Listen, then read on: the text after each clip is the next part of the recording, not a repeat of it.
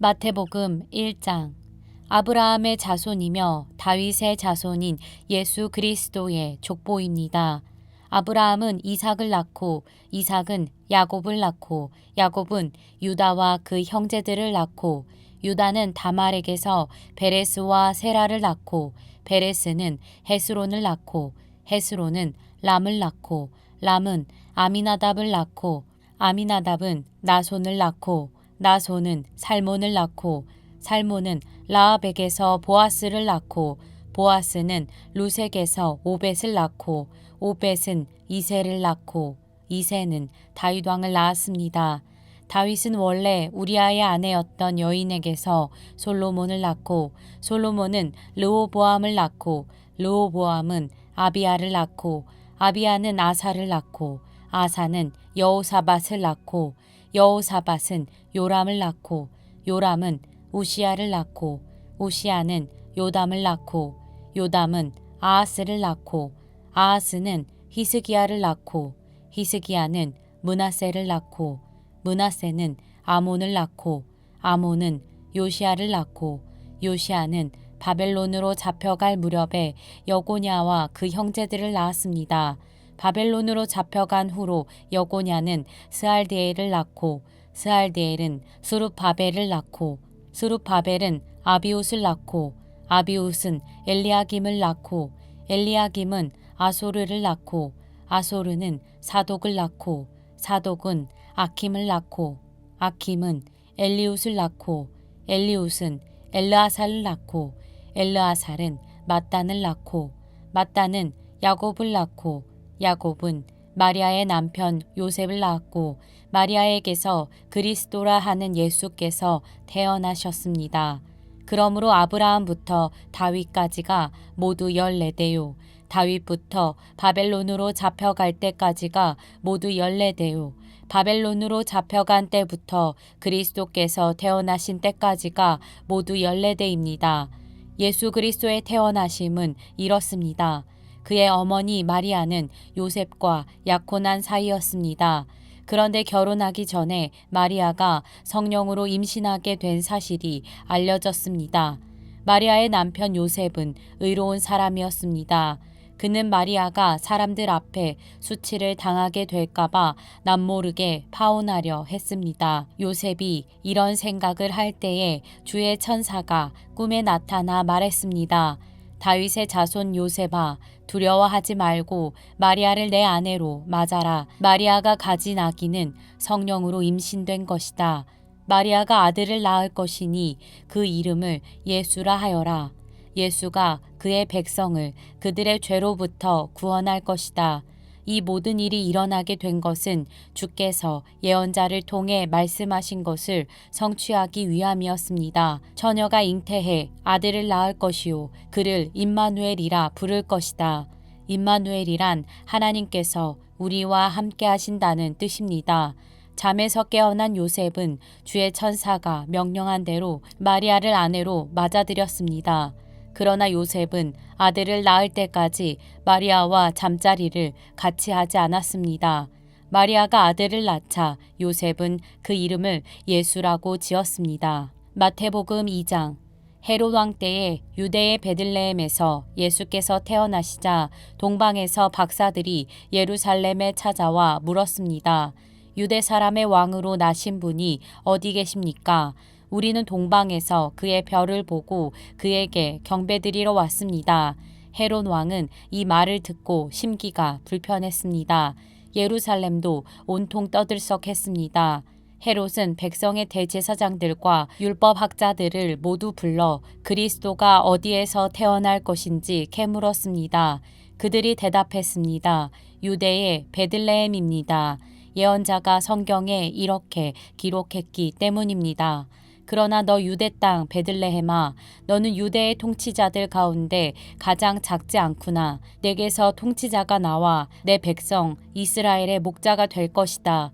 그때 헤롯은 몰래 박사들을 불러 별이 나타난 정확한 시각을 알아냈습니다. 헤롯은 박사들을 베들레헴으로 보내며 말했습니다. 가서 샅샅이 뒤져 그 아기를 꼭 찾으라. 그리고 아기를 찾자마자 나에게도 알리라. 나도 가서 아기에게 경배할 것이다. 박사들은 왕의 말을 듣고 다시 길을 떠났습니다.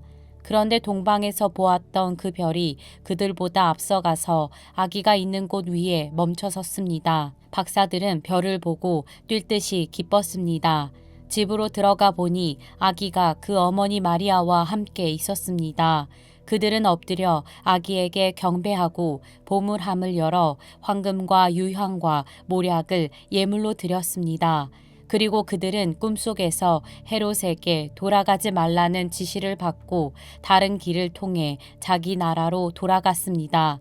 박사들이 떠난 후 주의 천사가 요셉의 꿈에 나타나 말했습니다.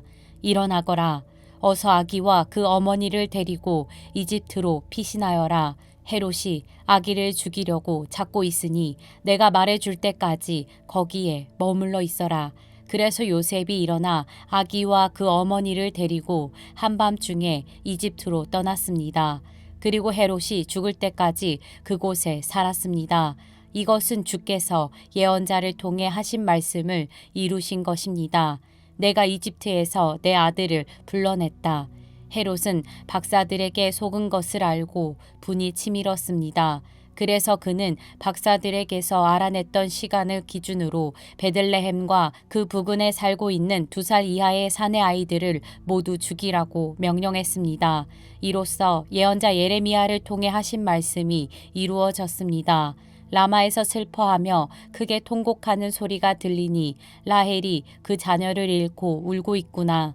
자녀들이 없어졌으므로 위로받기도 거절하는구나. 헤롯이 죽은 후 주의 천사가 이집트에 있던 요셉의 꿈속에 나타나 말했습니다.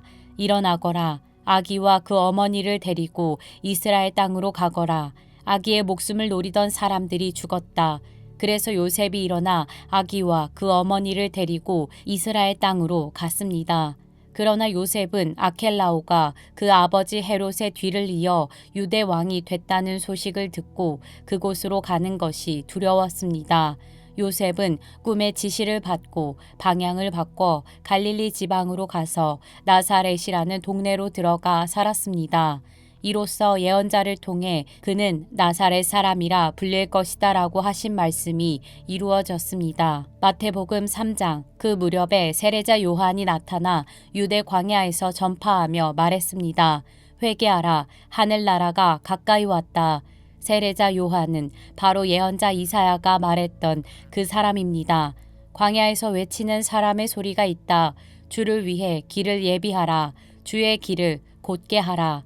요한은 낙타털로 옷을 지어 입고 허리에는 가죽띠를 둘렀습니다. 그리고 메뚜기와 들꿀을 먹고 살았습니다. 예루살렘과 온 유대 지방과 요단강 전 지역에서 사람들이 요한에게로 몰려왔습니다. 그들은 요단강에서 자기 죄를 고백하면서 요한에게 세례를 받았습니다. 그러나 여러 바리새파 사람들과 사두개파 사람들이 세례를 베풀고 있는 곳으로 몰려오는 것을 보고 요한이 말했습니다. 독사의 자식들아, 누가 너희더러 다가올 진노를 피하라고 하더냐? 회개에 알맞은 열매를 맺으라. 너희는 행여나 속으로 아브라함이 우리 조상이다라고 생각하지 말라. 내가 너희에게 말한다. 하나님께서는 이 돌들로도 아브라함의 자손을 일으키실 수 있다. 도끼가 이미 나무 뿌리에 놓여 있다. 그러므로 좋은 열매를 맺지 않는 나무는 모조리 잘려 불 속에 던져질 것이다. 나는 너희가 회개하도록 물로 세례를 준다. 그러나 내 뒤에 오실 분은 나보다 능력이 더 많으신 분이시다. 나는 그분의 신발을 들고 다닐 자격도 없다. 그분은 너희에게 성령과 불로 세례를 주실 것이다. 그분이 손에 키를 들고 타작 마당을 깨끗이 해 좋은 곡식은 모아 창고에 두고 쭉정이는 꺼지지 않는 불에 태우실 것이다. 그때 예수께서 요한에게 세례를 받으시려고 갈릴리에서 요단강으로 오셨습니다. 그러나 요한은 이를 말리면서 예수께 말했습니다. 제가 오히려 선생님께 세례를 받아야 합니다. 그런데 제게 오시다니요. 예수께서 대답하셨습니다. 지금은 그렇게 하도록 하여라. 우리가 이와 같이 해 모든 의를 이루는 것이 옳다. 그러자 요한은 그대로 따랐습니다. 예수께서 세례를 받으시고 물속에서 올라오셨습니다. 그때 예수께서는 하늘이 열리고 하나님의 영이 비둘기처럼 자신에게 내려오는 것을 보셨습니다. 그리고 하늘에서 소리가 들려왔습니다. 이는 내가 사랑하는 아들이다. 내가 그를 매우 기뻐한다.